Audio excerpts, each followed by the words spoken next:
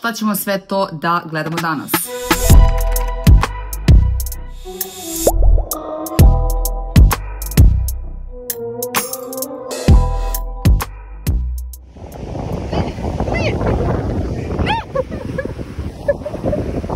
Kako ovi vlogovi idu hronološkim redosledom, ponovo ću se vratiti u 2021. godinu kada sam najviše putovala. Nakon samo 3 meseca pauze provedene u svom gradu, posle Zanzibara sam se ponovo vratila u Afriku, ali ovoga puta u severnu, u Tunis, u zemlju bogate istorije, čudesne prirode i neverovatne kulture. Putovanje je bilo organizovano od strane Philip Travel turističke agencije koje i dalje ima Tunis u ponudi. Direktnim letom stižemo u popularno letovalište Jasmin Hamamet, gde nas u junu čeka oko 30 stepeni. Odmah pri stizanju smo krenuli u upoznavanje grada, uskih ulica i ovo je Jasmin, cvet karakterističan za ovaj deo zemlje po kojem je letovalište i dobilo ime. Naš vodič Suod rekao je da ako momci nose Jasmin iza levog uveta, znači da su single, ali da im ne verujemo baš uvek na reč.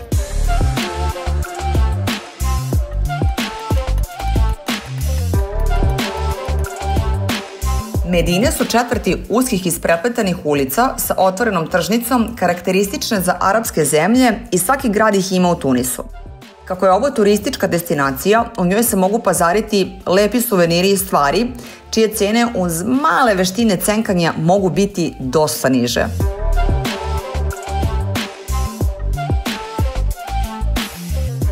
Kroz šetnju uskim ulicama Medina, ljubiteljima orijentalne kulture bi se ovo jako dopalo obzirom na ambijent jer se nalazimo u gradu arapske civilizacijske kulture, ali na afričkom kontinentu.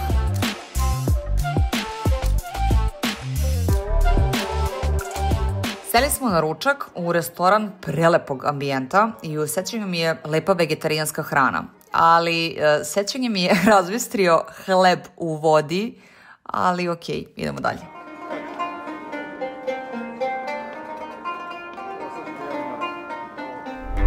Mesto gde se sada nalazimo se zove Plavo-beli grad, koji mene jako podsjeća na Santorini. Stanovnici su farbali fasade u belo zato što, jel te, logično odbija sunce i toplotu.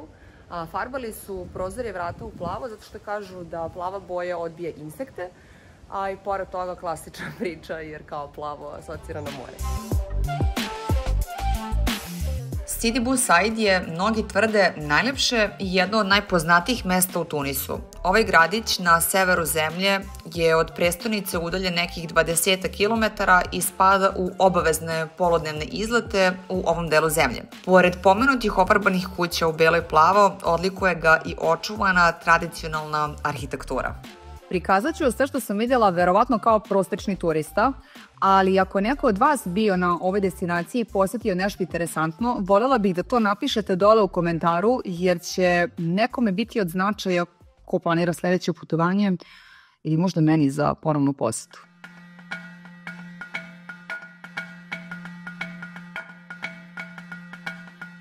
Ovo je za mene bio fenomenalan izlet. Za slučaj da volite istoriju i upoznavanje sa lokalnom kulturom, uživat ćete u poseti Nacionalnom muzeju Bardo, gdje su smešteni predmeti, skulpture i mozaici stari i preko 2500 godina. Ovo je drugi najveći muzej na afričkom kontinentu nakon egipatskog.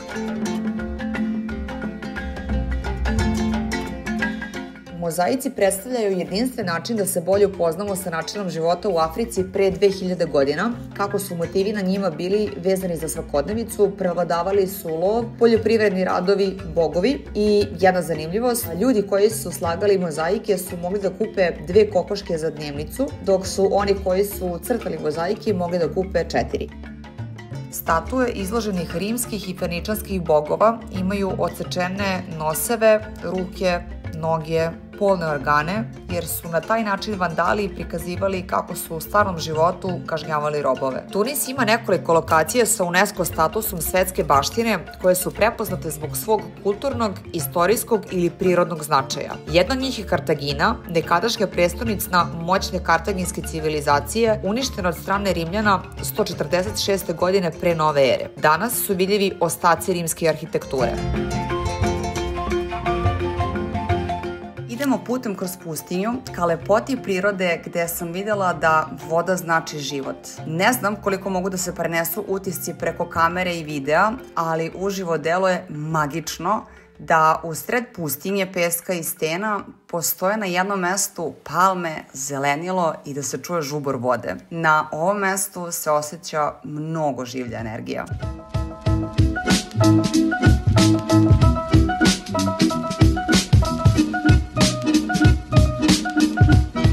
Pitala sam se kako je moguće da ovde izvire voda. Nakon par koraka putićem kroz palme pojavilo se jezerce koje izgledalo kao mini raj za ljude i životinje koje žive ovde. Ne mogu ni da zamislim koliko je ovo njima značajno, ali znam da je nama koji smo došli na izlet od sat vremena bilo pravo osveženje koje nam je bilo preko potrebno, jer je u ovo doba dana temperatura već oko 40 stepeni. Ovu oazu su prvobitno koristili Rimljani, a kasnije je od planinskih izvora napravljen sistem za navodnjavanje što čini ovaj predeo življim. Ovde među stenama ima kristal ametist koji sam kupila i evo jednog saveta. Ako koristite njegovu energiju, punite i praznite. Nikako ga nemojte prati u slanoj vodi i puniti na sunčevoj svetlosti jer gubi boju. Energetsku funkciju ne, ali evo vidite kako je meni izgledao. Nisam vam još uvek pokazala ni plažu ni hotel, iako se nalazimo u letovalištu, ali zanimljivi su mi izleti jer nisam fan ovakvih plaža sa suncobranima i ležaljkama. Sećam se da je voda bila topla, a pesak lep i mekan. Dovoljno mekan za moje glupiranje i lomljenje, dok su neki želeli da odu što dalje od mog performansa. Obzirom da nije bilo gužve i glasne muzike, ocena plaže 7 od 10. A pošto sam našla morsku zvezdu u plećaku, neka bude 8 od 10. Sad je tačno 6:03. Ja sam došla do plaže da ispunim svoju tradiciju, tradicionalni ritual, a to je prikupljanje peska sa bilo koje plaže gde god se nađem u svetu. Malo liči na Adu Bojanu. Ovde na plaži nema školjkica, pa sam se malo smorila, ne znam zašto, ali dobro, valjda će biti na nekoj. Upravo napuštamo Jasmin Hamamet i idemo ka Sahari. Jako se radujem aktivnostima zato što ćemo voziti kvadove, možda ići na paragliding, iskustvo s kamilama i generalno nikad nisam bila u Sahari, tako da baš mi je uzbudljivo. I jedno čekam. Ne sveta mi uopšte što sam spavala jako malo, jako kratko, ali radujem se ovim akcijama.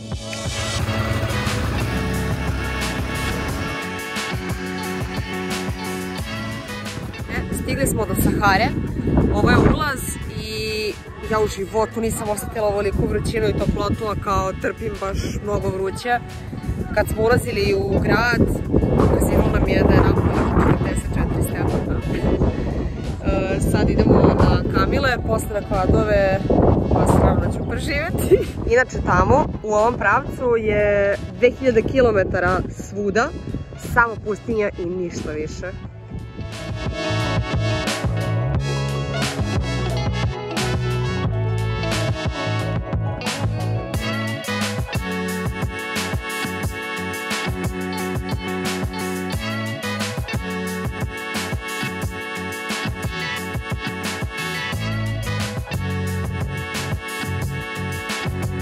Točko je nekako što se kaže moja teritorija, tako da sam se jako radovala ovom izletu, ali kvadovi su, Slaveko bi kaže, dosta razgradani i treća stvar, ja vam se kunem da ja jako dobro podnosim visoke temperature, ali prvi put u životu sam ovde na ovom putovanju, na ovom izletu mislila da doživljavam šlog. Sa ovog izleta pamtim svoju sposobnost da mogu da popijem 2 litre vode na X.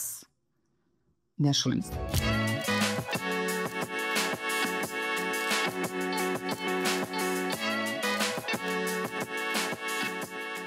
Uputili smo se ka najstarijim nomadskim domovima u Tunisu u kojima ljudi i dan danas žive. Berberi su narod koji vekovima naseljava područje Severne Afrike, između ostalog i Tunisa, i poznati su po svom prepoznatljivom načinu stanovanja i življenja, kao i posebnog jezika koji i danas sa ponosom govore pored arapskog, francuskog i engleskog. Životni prostor im se nalazi u stenama, odnosno u pećinama koje su bile srazmerne broju članova u domaćinstvu. Kako nam je rekao domaćin u ovom mestu. Trenutno ovo područje naseljava oko 600 Berbera koji žive načinom života baš poput svojih predaka, samo što za razliku od nekada danas nisu nomadi. Grad Berbera je čitav napravljen tako da se ni iz daleka ni iz blizine ne vidi iz doline. Naspram temperaturu 37 u kućama je izuzetno prijatna temperatura, nekako su neobičnog kružnog oblika. Centralni deo domaćinstva je dvorište iz kog se ulazi u svaku sobu i one nisu međusobno povezane, već svaka soba ima ulazna vrata iz dvorišta. Život u neobičnim zemljanim kućama mi nije izgledao nešto drugačije od našeg jer imaju televizor, porodične slike po zidovima, tepihe i iako su vrlo skromni i žive u skladu sa prirodom, jako vode računa o urednosti i pre ulaska u kuću je obavezno izuvanje.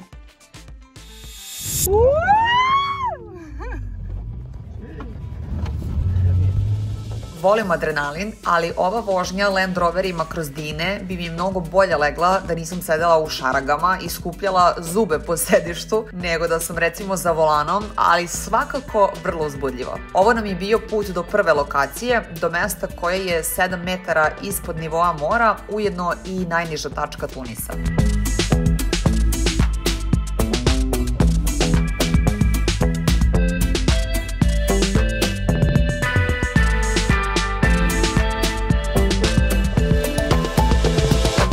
Dobro izgovaram, Šat Al Garsah je mesto koje izgleda kao da je sa druge planete. Ovo slano jezero, smešteno između Sahare i planinskih oaza, menja svoj izgled u zavisnosti od godišnjeg doba, ponekad je potpuno suvo i prekriveno kristalima soli, kao sad, a ponekad reflektuje nebo poput ogledala. Legenda kaže da su ovde nomadi često viđali Fata Morgane, pa su verovali da jezero krije tajne pustinskih duhova.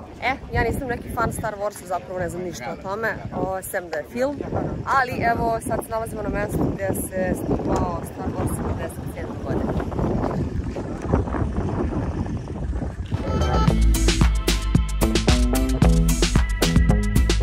Ovo nije CGI ili filmski set koji je nastao nakon snimanja. Pećinske kuće Berbera, koje su vekovima služile kao skloništa od surovih pustinjskih uslova, postale su legendarne kao dom Skywalker porodice. Zanimljivo je da su neki delovi seta i dalje ovde, napušteni u pesku, kao pravi Star Wars arheološki lokalitet. Ovo je takozvana pustinjska ruža, prirodni fenomen, kristalna formacija nastala od peska, soli i gipsa, formira se ispod površine zemlje, gde isparavanje vode i vetar oblikuju slojeve soli u prelepe cvetaste oblike i naravno da ja ovo moram da imam kod kuće, jel te? Bili smo smešteni u rezortovima i nije se znalo koji je lepši. Sobe su komforne, velike i prostrane. Svaka soba ima terasu sa prelepim pogledom, usluga osoblja je na nivou i zaista raj za zaslužen odmor. Dakle, dala bih ocenu 10 od 10. Uveče se dešava zabavni program, čiji sam bila član već prvo veče.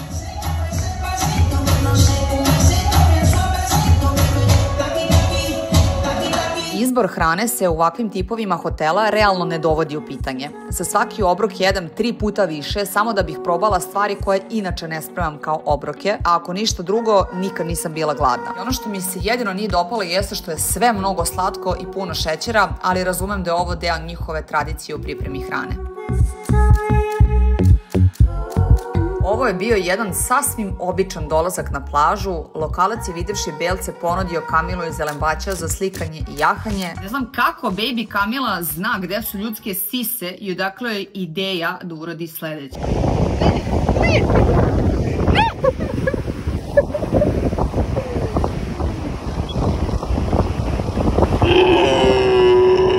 Iako se ne vidi, ali tu su obe i dalje.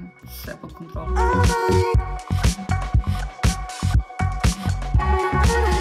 Kanjon Midez je skriveni dragulj Tunisa.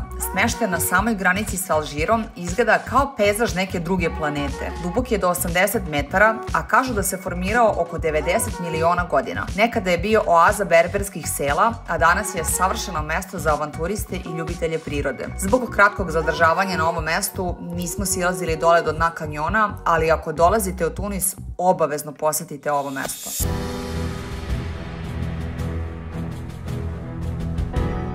I dobrodošli u El Džem amfiteatar, takozvani Afrički koloseum i jedan od najbolje očuvanih rimskih amfiteatara na svetu. Svojim izgledom podsjeća na čuveni rimski koloseum, ali je, verovali ili ne, čak veći od većine amfiteatara u samom rimskom carstvu. Izgrađen u 3. veku nove ere, mogao je da primi oko 35.000 gledalaca, što ga čini jednim od najvećih u istoriji. Nekada je bio centar krvavih gladijatorskih borbi i spektakularnih borbi sa divljim zverima, a danas je simbol veličanstvene prošlosti ovog regiona. Zbog svoje autentične atmosfere, El Džem je poslužio kao filmska lokacija za film Gladijator. Istraživajući ove hodnike, osetila sam tišinu i zamišljala kakav je osjećaj i kakve misli imaju gladijatori pre izlaska pred publiku.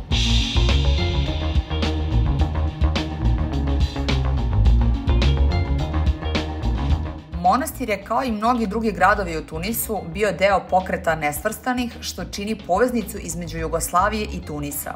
Habib Bourguiba, čije kadrove mauzoleja upravo gledamo, je bio prvi predsednik Tunisa. Tito i on su bili među liderima nesvrstanih zemalja. Tunis je učestvovao na prvoj konferenciji pokreta nesvrstanih 1961. godine u Beogradu, a Tito i Bourguiba su održavali bliske političke odnose.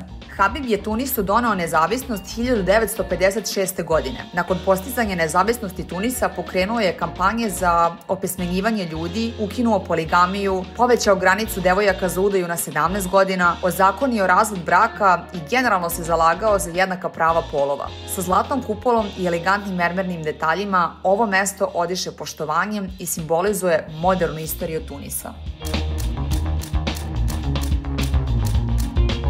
Ovo mesto je atraktivni park koji nudi raznovrsne aktivnosti za posetioce svih uzrasta. Ljubitelji adrenalina mogu uživati u penjenju po palmama, spuštanju zip-linom kroz oazu i savladavanju visećih mostova između stabala. Ja sam jedva dočekala da nakon celog dana uživam u završetku dana među palmama, u ambijentu punog cveća, u zalasku sunca i hladnoj limunadi sa ekipom.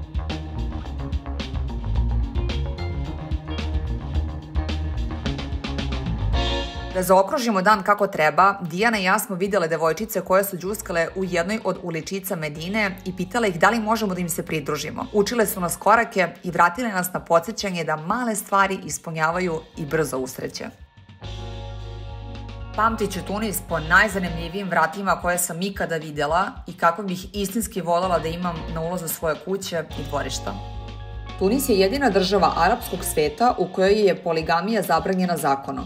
Glavni izvozni proizvod Tunisa je sirova nafta, koja čini 11% izvoza, i izolovana bakarna žica, 8% izvoza. Kamile mogu da izdrže 5 dana bez vode u ekstremnoj vrućini ili par meseci kada je hladnije vreme. Kamile mogu da popiju 100 litara vode za 10 minuta. Unja Green može da popije 2 litre vode za 3 minuta u ekstremnim uslovima vrućine. U gradu Sus postoji ulica i čitava avenija pod imenom Josip Broz Tito u znak prijateljstva između Tunisa i Jugoslavije. Sad se već osjećam slobodno da mogu da vam kažem da mi znači vaš subscribe na moj kanal, da bi me algoritam vinuo u nebesa. A ja vam želim srećan put i vidimo se uskoro na sledećem putovanju. Ćao!